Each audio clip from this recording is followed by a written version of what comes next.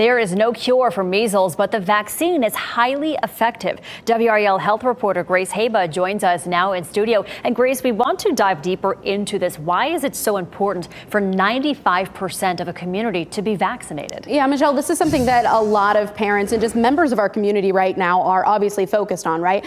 We keep mentioning 95%, and here's why. If 95% of a community is immune to measles, meaning either you got both of those recommended MMR doses, or you've built up immunity from a past infection or exposure, that means a community could effectively prevent an outbreak. We've all seen what happened in Texas and what's happening right now in South Carolina. If we're at 95%, that also means that we could prevent that same thing from happening here. But here's the reality. NCDHHS tracks vaccination rates for individual counties and schools. Statewide, more than half of our counties are not at that 95 percentile or higher.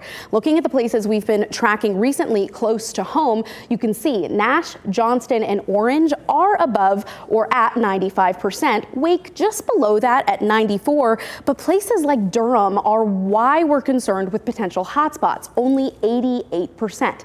That's among the lowest in our entire state. You might look at this and think, okay, well, my child goes to school in Johnston, I'm all right, even if they're not vaccinated. Here's why, though, doctors still want everyone who is eligible to make a plan with their pediatrician to get both of those doses. Johnston sitting at 95% countywide. Well, using the state's dashboard, you can actually go further and look at individual schools, and you can find those pockets of concern. For example, Polenta Elementary, you see here only 4th and 5th graders are reportedly at or above that 95%, with 3rd graders well below at 88%. So you start to see here why there's concern of potential spread in certain areas of our state. Again, this is a tool that right now families can use at home and look at your child's school specifically.